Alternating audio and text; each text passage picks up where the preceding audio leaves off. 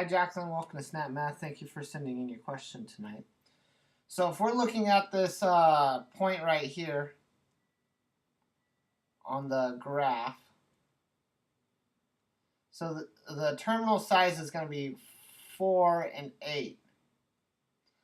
And what we need to find is the 6 trig functions.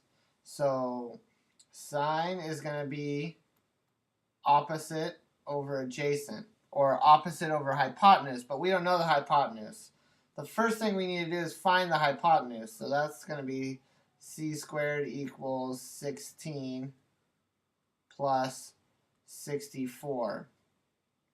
So what that is going to be is, let's see, that's 80, right? C squared is 80. So C is going to equal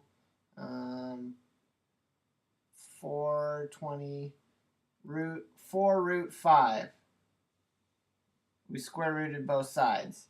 So what we get is opposite over hypotenuse. The opposite of theta is going to be 8 over hypotenuse, which is 4 root 5. And if we multiply root 5 to rationalize it on top and bottom, what we get is the 8 and 4 cancel out, so we have 2 root 5 on top over 5. That's our sine. Our cosine is going to be very similar. So this is 4 root 5 here.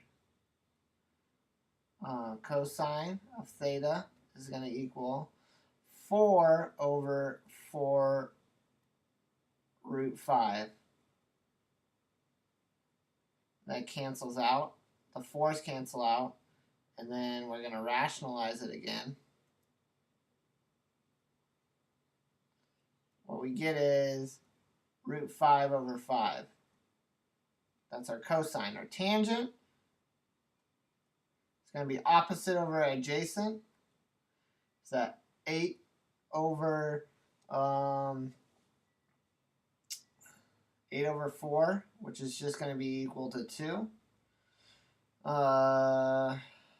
Cosecant is going to be the inverse of that.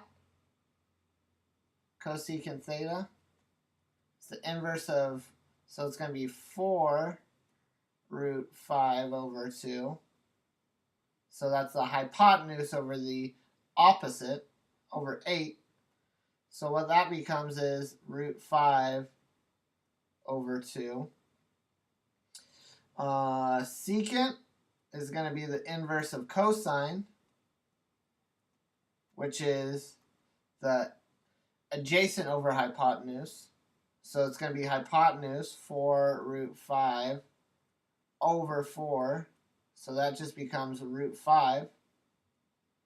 And then the cotangent of theta is going to equal, flip these two, so it's 4 over 8, which equals 1/2. And those are our 6 trig functions.